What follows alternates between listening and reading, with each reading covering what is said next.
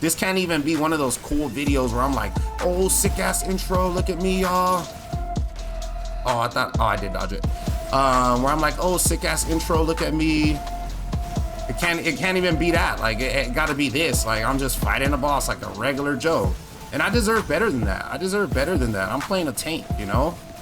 But yeah, guys, this is how I accomplished it. I don't know. This is not going to be how to break Vesper for sure, but it's going to be how to beat the game with Vesper. All right. Let's get straight into it, y'all. So we went ahead and finished up Vesper. I liked Vesper's design. He kind of looked like a paladin, super tanky and beefy. He was really cool. He was a little more difficult to break. I couldn't really break him, but I did find like what works for him. The thing about Vesper is in any difficulty outside of nightmare difficulty, he's super strong. But once you're in nightmare difficulty, the bosses are tankier, you heal less, everything kind of works against his kit. So in nightmare difficulty, I don't feel like Vesper is really that strong unless you're going for really, really long runs. If you're going for like super long runs, then Vesper is pretty strong. But if you're not really a 30-minute one looper like that, okay? Now, before we get into the skill tree, let's go over which essences and what abilities and stuff work together. That way the skills tree kind of makes more sense. Now, strongest ones I found on him are going to be Predation. Obviously, just super strong in general. Put it on your first ability, do a shit ton of damage to bosses, get yourself more attack and ability power. Awesome. The next one that I personally was looking for in that run in the background was the Essence of Fangs. This one basically is going to make every fourth basic attack a critical strike, reduce the cooldown of memories, but it fires 2 fangs at enemies dealing physical damage. What I would want to do is combine that fangs one with this essence of the chip blade, or essence of the blade right here, and basically get it to where all of the enemies around you are getting hit without you having to walk up to them and melee them. Melee characters really struggle in this game, in my personal opinion. I think they need love. This kind of solves that. Once I put those two on there, I could put something on there like rigidity. You have a lot of other options to go into, but I would first look for Essence of Fangs and then go into Essence of the Blade. Another one that works really good for him is Chipped Essence of Crimson. Same thing, every fourth basic attack triggers an explosion, but it's also going to restore your health. And last but not least, Obsidian's a really good one too to put on the first ability since it comes off cooldown. As far as higher tier than epic, you're looking at things like Divine Faith is okay. Obviously Perfection's good on everybody. These all are decent. None of them necessarily will break him at all. Not even this one right here, Glacial Core, even though he's constantly healing. His attacks just aren't fast enough. You need to invest so much into attack speed to make it worth it. Other ones that you could find in the game that would make it super duper strong. Where is she at? It's going to be this Mamacita right here, Veracity. Honestly, the dream combo would be Veracity combined with Fangs, combined with Essence of the Blade. Those are the 3 that you would want to find to kind of ensure yourself that win. It's going to give you attack damage, but it's also going to give you healing, kind of playing into his kit, reversing the negatives of nightmare mode. That's what that's going to do for you, okay? Now, other than that, you got some other strong ones on there. Nothing too crazy or great game breaking. Once again, last time I'm going to go over it, the best ones you can find are Veracity, Essence of the Blade, Essence of Fangs, Predation, Crimson, and Obsidian. Those are like the go-to ones on him, okay? And whatever else you find from there is really good. You could play around with momentum. That's really, really good. As far as which memories are good, we come up here. Vile Strike for me worked super duper good on him. It was very comfortable, gave me a little bit of movement, a little bit of invulnerability. I liked Vile Strike for a few runs that I had got it, but you don't always get it. Another good one is Blood Harvest. Was really, really good for cleaning up the screen for me when I was not near an enemy. Blood Harvest was good. Also heals. I really enjoyed Blood Harvest on there too.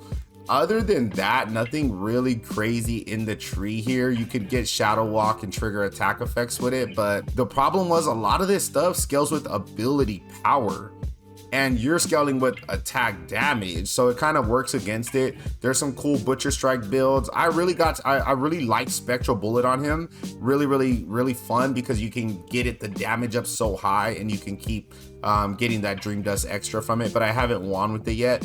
But yeah, man, that's pretty much the essences and the memories that I would recommend you play on him.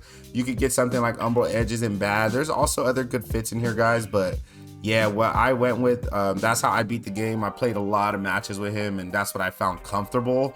Overall, it feels like the melee and the attack damage characters struggle a bit, okay? So it's like attack damage is struggling because there's not that much support as far as staying alive for them. And then melee characters are struggling because I gotta walk up to enemies. Like, you gotta be tanky as hell.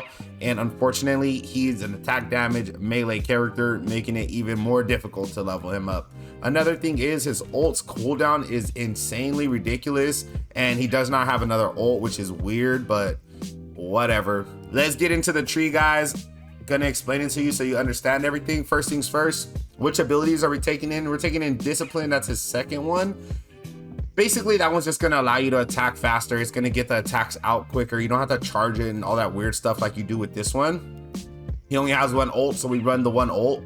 And with your passive, you're gonna run L's Mercy, just because it's increasing your attack speed. This one increases your health, this one increases your attack speed. This one heals you for more after the 4th attack. This one's constantly healing you, okay? L's Mercy is so much better than the first one. It kind of feels weird, okay? I don't know, that's my opinion, y'all, but that's what I ran as far as abilities go. Once again, I don't think this character is like overpowered or super strong. I think he's just a good character. Like, he heals, he damages, he just does the game good, but every other character is better. Besides Shell, he is definitely not better than any character in this game. All right, let's get into the tree, guys. Starting out with the red tree, we got Solar Praise, increases attack damage by 20% when there are campfires or burning enemies nearby.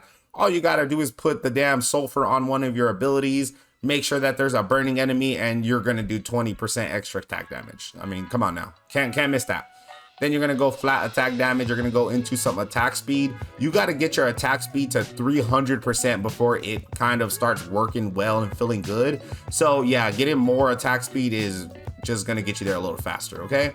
Maximum health is reduced, but light damage and fire damage. What I read this as is you lose 10% health, which you're gonna have a shit ton of health, but you gain 30% extra damage because you're doing a lot of light damage. If you put sulfur on your first ability, now you're doing a lot of fire damage and giving yourself the 20% attack boost, okay?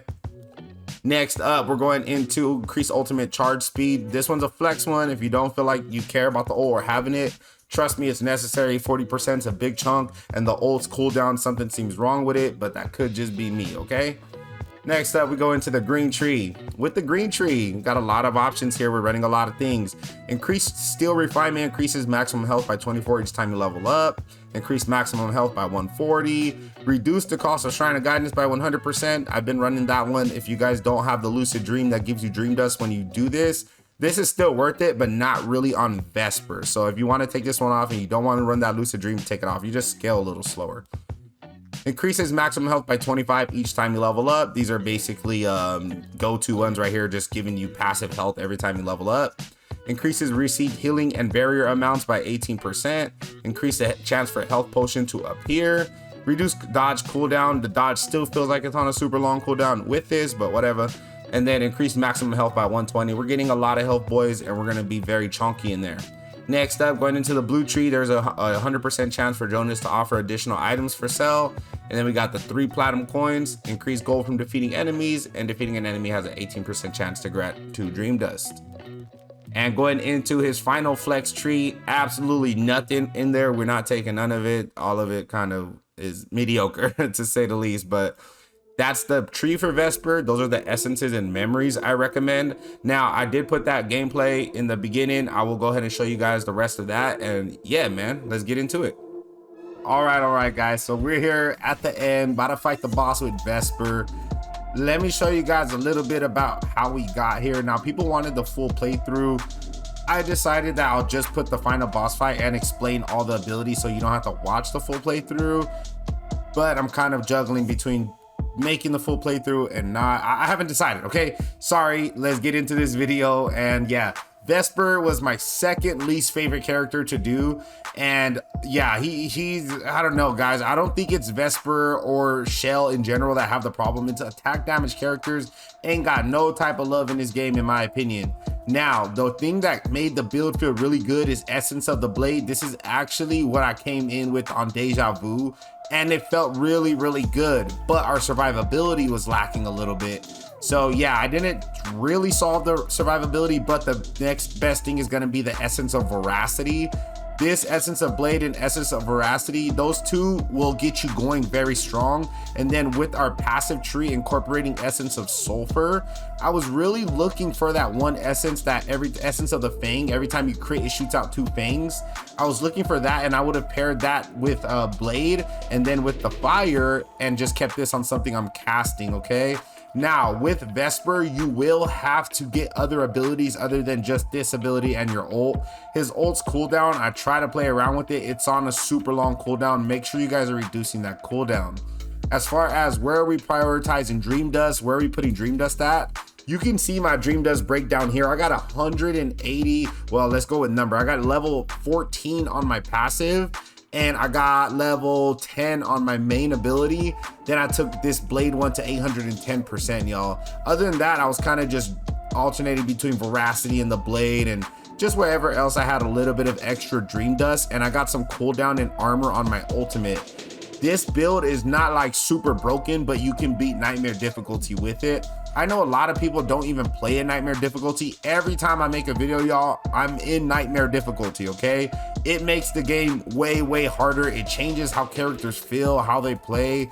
You have reduced healing. On Vesper, you heal for like 1 damage with your passive. So he's like not really made for Nightmare difficulty. But yeah, guys, there was a couple of other things we could have got to make him a little stronger, but this is what we ended up with. I did not feel like Vesper was like the strongest character whatsoever. He's for sure down there next to Shell, and it's pretty ironic that they're both auto attack characters. I think auto attack damage in this game doesn't have too much support like it needs, and I feel like personally that's the #1 thing missing. With the essence of the blade, it fires 10 times and it hits each time, which is going to stack up a bunch of fire damage on the enemy. Given our passive tree and all that stuff, we're just going to be increasing our damage. You do not need obsidian. It's just a small amount of extra damage and cooldown. I would have preferred to have essence of the fang here, but it's all good. We work with what we got, and yeah, let's get to this boss, man. Our health is at 2500, and like I said, not my favorite character, but we're gonna get it done. He's not gonna blow up the boss by any means. This is a 1 loop run, y'all. If you really want to be broke, play multiple loops, but we're just trying to get the game complete on the character and show proof of concept of how you should be building him in case people were like kind of worried. Now, when our ult is down, we are very tanky, which means when our ult is not down, we are not very tanky, okay? So you don't have to play like me, kind of brain deading it. You want to make sure you are still doing mechanics and dodging. But yeah, these auto attack characters, in my personal opinion, they need a little bit of love in this game, man. But that's just my opinion. I'm pretty sure like plenty of people be playing Vesper and not struggling like me. Oh, and I'm finna die. I just used my thingy, but yeah, I also just found right now at the end, I found a chipped essence of blood drops. That just gave me that extra life right there. But yeah, I could play a little smarter, but I don't know, y'all. I just personally feel like for the trade-off of having little to no damage, it's not worth it for how tanky Vesper gets, okay? Like, I'm still gonna have to fully fight this, fully do every mechanic and all that stuff, just like I would have done with any other characters. And this character just, I don't know, man, the support just doesn't feel there for him. But yeah, if there was like a way to get your ultimate off of a super duper fast cooldown or something like that, I could see him being strong. His ultimate's really good, but other than that, he just kind of feels like he's lacking. If I did get Essence of the Fang, you could even run Essence of Crimson.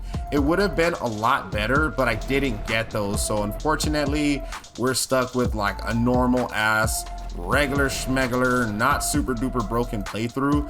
And also there's a lot of stuff that scales with dodges, but overall, you cannot reduce the cooldown of the dodge besides the one thing in the passive tree. It's like, I don't know. I just feel like they need to show some more love to our auto damage characters. That way they can feel like they're in the game too. Sorry, I'm trying to focus, fight, all that. His ult is really strong, but it's just on such a long cooldown. Even with some investment into it, I did not feel like it was going that well with the ult. So yeah, I tried a little ultimate build. I didn't like it. The cool thing is on his leap, it does make you invulnerable. So that's a pretty cool addition to kind of consider. Whenever you're leaping, you're invincible. But yeah, man, you can get the leap on a almost no cooldown at all, and it still wouldn't be that strong. It's just overall the character design, in my opinion, it's just lacking, y'all. It really is. And unless you're getting like 3 attack speed, 3.0, 300%, it does not feel, attack speed in this game does not feel worth it, to be honest.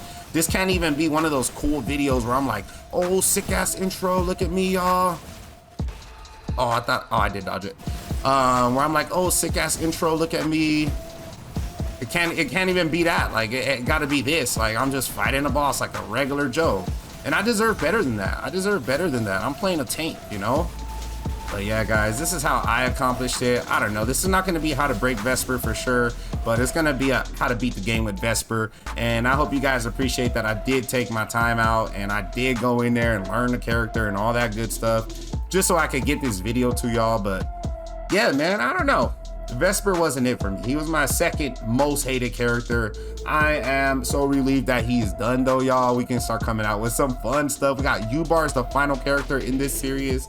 I did every single character, man. I feel like that we definitely made a difference. People helping each other in the comment section, and that's super dope, y'all. But yeah, thank y'all for tuning in, man. Thank y'all for watching the Vesper gameplay, and yeah, man, y'all have a good rest of your day. Peace out.